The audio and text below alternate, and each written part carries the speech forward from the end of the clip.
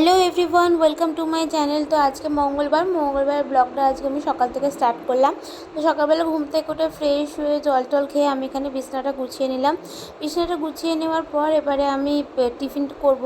আমার আগের দিন রাতে আমি ওটস, চিয়া সিড আর দই দিয়ে একসাথে মেখে আর ফ্রিজে রেখে দিয়েছিলাম, সেটাই আমি এখন খাবো। আর তার সাথে একটা ডিম সেদ্ধ নিয়েছি। ডিমটা হাফ বয়েল করে ভেবেছিলাম, কিন্তু একটু বেশি ফুটে গেছে। তো তারপর দেখলাম ভাই এখানে নিয়ে এসেছি ইলিশ মাছ দিয়ে কী হবে ভাবতে হবে। তারপর ঠিক হলো যে ইলিশ মাছ দিয়ে ভাপা হবে। তো তাই এখানে মা মাছটাতে নুন হলুদ মাখিয়ে রেখে দিচ্ছে। আর মায়ের থেকে শুনে নাও আজকে আমাদের কী কী রান্না হবে। শাক ভাজা, ইলিশ ভাপা আর আলু ভাজা, আলু ভাতে মাখবো। তো শুনে নিলে কী কী রান্না হবে। তো চলো মা এক এক করে সব রান্না করুক আর আমি একটা করে তোমার সাথে শেয়ার করতে থাকি।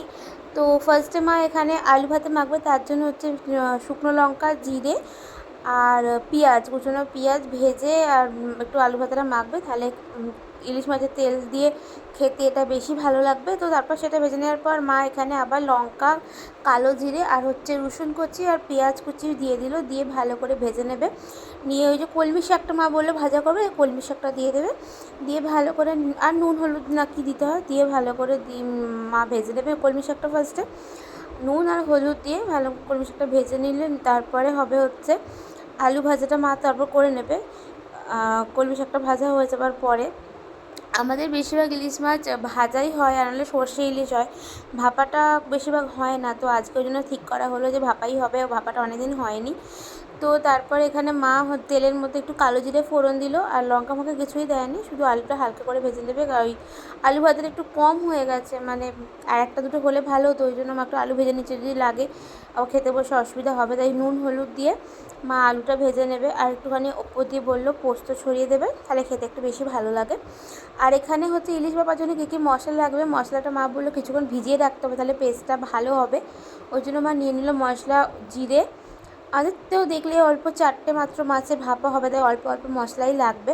খানিকটা জিরে নিয়ে নিল খানিকটা ধনে আর সাদা সর্ষে আর কালো সর্ষে, এটা তো দিতেই হবে, এটা ছাড়া ভাপার টেস্টই আসবে না। সর্ষে আর দুরকম সর্ষে আর কি। আর দিয়ে দিল হচ্ছে এখানে পোস্ত খানিকটা, আর দেবে কাঁচা লঙ্কা। একটা কাঁচা লঙ্কা মা এখানে পেস্ট করার জন্য দিয়েছিল, আর দুটো কাঁচা লঙ্কা রেখেছিল এতে দেবে, মানে ওপরে যে দিতে হয় ভাপার ওপরে একটা সুন্দর স্মেল আসে, তার জন্য দিয়ে রেখে দিয়েছিল। আর আদাটা মা পরে কেটে ছাড়িয়ে আবার ওর মধ্যে দিয়ে রেখে দিয়েছিল। আদাটা তো ভেজানোর দরকার নেই, বাকিগুলো একটু ভেজানোর দরকার আছে।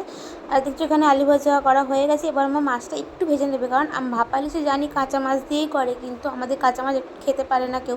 তো একটু মার মানে খানিক 2-3 মিনিটের জন্য খালি তেলে একটু মাছটা নেড়ে নেবে। তো মা এখানে তেলটা একদম ভালো করে গরম করে মাছটা দিয়ে এক পিঠ উল্টে আর তুলে নেবে, মানে একদম কাঁচা মাছটা দিয়ে আর কি আমাদের করবে না, কারণ আমাদের কেউই মানে বেশিরভাগ বলতে আমার ভাই আর বাবা কাঁচা মাছ দিয়ে একদমই খেতে চায় না। দেখতেই পাচ্ছি মা মাছটা একদম হালকা করেই ভেজেছে। আর তারপর এখানে আমার ভাপাটা বসিয়ে দেবে, এখানে জল গরম করতে বসিয়েই দিয়েছে। আগে সেই যে মশলাটা দেখালাম সেই মশলাটা পেস্ট করে মা আগে টিফিন কৌটোর ওপর দিয়ে দিচ্ছে আগে নিচে, তারপরে ওপর থেকে মাছগুলো দিয়ে দেবে পরপর, দিয়ে এবার ওপর থেকে মশলাটা আবার দিয়ে ভালো করে মাছটার সাথে মাখিয়ে নেবে। তাহলে খেতে ভালো লাগবে। ভালো করে মশলাটা মেখে গেলে মাছটার সাথে মাছটার মধ্যে মশলাটা ঢুকবে, যখন ভাপাটা সেদ্ধ হবে তখন মশলাটা মাছের সাথে যখন পুরোপুরি ভেতরে না ঢুকলে খেতে অতটা ভালো লাগবে না। তো তারপরে মা এর মধ্যে দিয়ে দেবে হচ্ছে নুন আর হলুদ আর কাঁচা তেল একটু, যে ইলিশ মাছের ভাজা যে তেলটা মা একটু তুলে রেখেছিলো সেটা আমরা ভাত দিয়ে খাবো, সেখান থেকে একটু তেল মা দিয়ে দেবে ফার্স্টে। আর কাঁচা লঙ্কা চেরা দিয়ে দিল, ওই তেলটা দেওয়ার পর একটু কাঁচা তেলও দেবে। আর তারপর মা নুন আর হলুদও দিয়েছিল, কিন্তু সেটা স্কিপ হয়ে গেছে, কারণ আমার ফোনে চার্জ ছিল না, হট করে ফোনটা সুইচ অফ হয়ে গেছিলো, আমি খেয়ালই করিনি। তো সেই কারণে ফোনটা সুইচ অফ হয়ে গেছে, তাই নুন হলুদ দেওয়ার পরে দেখাতে পারিনি। তাই তোমরা ভেবো না যেন আবার নুন হলুদ দিইনি আমরা। তারপরে দিয়ে মাছটাকে ভাপাতে বসিয়ে দিল। দেওয়ার পর এটা মিনিমাম 10 থেকে, আমাদের মাছটা একটু ভাজা একটু সেদ্ধ হয়েই গেছে, তাই 10-15 মিনিট রাখলেই হয়ে যাবে। তো দেখে নিই আমাদের কী কী রান্না হয়েছে আজকে। ভাত, এটা হচ্ছে ইলিশ মাছের তেল, আলু ভাতে, আর এখানে আছে শাক ভাজা, আর হচ্ছে আলু ভাজা তোমাকে দেখালাম তোমাদের আলু ভাজা। আর ডালটা হচ্ছে কালকে ছিল, কালকে ডালটাই মা ফ্রিজ থেকে টক ডাল এটা বার করে গরম করে নিয়েছে। আর এখানে ইলিশ ভাপাটা আছে, এখন খোলা হয়নি, খুলে তোমাদের দেখিয়ে দিলাম। তো দেখো খুব সুন্দর মাছটা সেদ্ধ হয়েছে এবং গন্ধটাও খুব সুন্দর উঠেছে, আর কালারটাও দারুণ এসছে। তো তারপরে আমি চান করে নিলাম, চান করে আমাকে পুজো করতে হবে, পুজোটা করে নেওয়ার পর তারপরে আমি লাঞ্চ করে নেবো। আজকে আমাদের একটা গাছে আরেকটা ফুল হয়েছে এরকম জবা থোকা জবা, একটাই তোলা হয়েছে, একটা তুলিনি, একটা গাছ থাকলে দেখতে ভালো লাগে। তো আমি পুজোটা করে নিলাম, নিয়ে এখানে আমি ডাল নিয়ে নিই, আলু ভাজাও নিয়ে নিই, আমি একটু তেল আর আলু ভাতে আর শাক ভাজার মাছ দিয়ে খেয়ে নিলাম। তারপর দেখতে পাচ্ছ 5টা বেজে গেছে, তো আমি ওই জন্য উঠে পড়লাম একটু চা করে নেব। বাইরের ওয়েদারটা দেখে মোটামুটি দেখে যেন মনে হচ্ছে আজকে বৃষ্টি হবে। চা করবো, আর এখানে 3টে দুধ আমি ফ্রিজ থেকে বার করে রেখেছিলাম, একটা দুধ দিয়ে দই বসাবো আর দুটো দুধ দিয়ে একটা সন্দেশ বানাবো ওই জন্য। আর এখানে আমি একটু দই আর শসা খেয়ে নিচ্ছিলাম, অনেকক্ষণ লাঞ্চ করেছি, খিদে পেয়ে গেছিলো। আর দই যেটা ছিল ওটা আমি জল ঝরতে রেখে দিয়েছি, কারণ দই বসাতে গেলে জল ঝরা টক দই দিলে দইটা খুব ভালোভাবে বসে।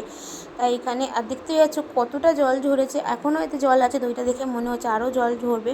তো এখানে দুধটা আমি ফুটিয়ে নিলাম, আর দইয়ের জন্য দুধ এখানে রেখে দিয়েছি, ঢেলে রেখে দিয়েছি দেখতেই পাচ্ছ। আর এখানে ভিনিগার নিয়েছি, আমি ছানা কাটিয়ে নেবো, বললাম সন্দেশ করব, তার জন্য আমি দুধটা ভালো করে ফার্স্টে ফুটিয়ে নেবো, নিয়ে গ্যাসটা অফ করে দেবো, দিয়ে একটা বাটিতে বা কাপের মধ্যে 2 চামচ ভিনিগার আর 2 চামচ জল দেবো, দিয়ে সেইটাকেই দুধের মধ্যে দিয়ে দেবো, দিয়ে আস্তে আস্তে নেড়ে নেড়ে ছানাটা কাটিয়ে নেবো।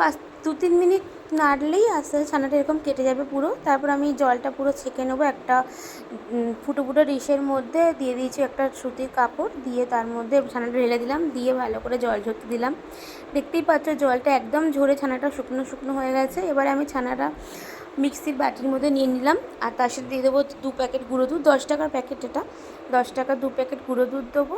এখানে মা দেখছো দিচ্ছে, আমি ভিডিওটা করছি, কারণ একা হাতে তো ভিডিও করা আর দেওয়া দুটো সম্ভব নয়, ওই জন্য মাকে বললাম তুমি একটু দাও আমি ভিডিওটা করি। তো মা ওখানে দুধের প্যাকেটগুলো কেটে দিয়ে দিল।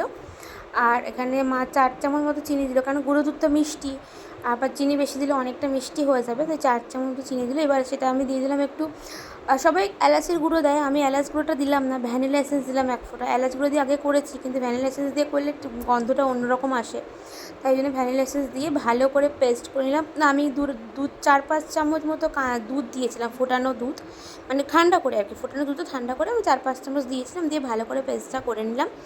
নিয়ে একটা টিফিন কৌটোর মধ্যে নিয়ে বসিয়ে দিলাম আমি ভাপা, তার তলায় আমি টিফিন করে তলায় ঘি মাখিয়ে নিয়েছিলাম, নিয়ে তার মধ্যে দিলাম, দিয়ে তারপর দেখছি আমি দুটো মুড়ি খেয়ে নিলাম, সন্ধ্যেবেলা খেতে পাচ্ছিলো। তারপর এখানে দেখলাম সন্দেশটা নামিয়ে একটা ছুরি ঠুকিয়ে দেখলাম মোটামুটি হয়ে গেছে, এটা একটু জল জল ছিল বলে ওপরটা তাই লেগে যাচ্ছিলো, কিন্তু সন্দেশটা পুরোপুরি হয়ে গেছিলো। তো তারপর আমি কেটে নেবো, দেখতেই পাচ্ছ খুব সুন্দর হয়েছে, আর টেস্টটা খুব সুন্দর আসে। আর এটা দিয়েছিলাম ওই ভ্যানিলা এসেন্স দিয়েছিলাম বলে গন্ধটাও খুব সুন্দর হয়েছিল। তো তারপর আমি করে নিলাম ডিনার। তো ভিডিওটা ভালো লাগলে লাইক অ্যান্ড সাবস্ক্রাইব করতে ভুলো না। Thanks for watching.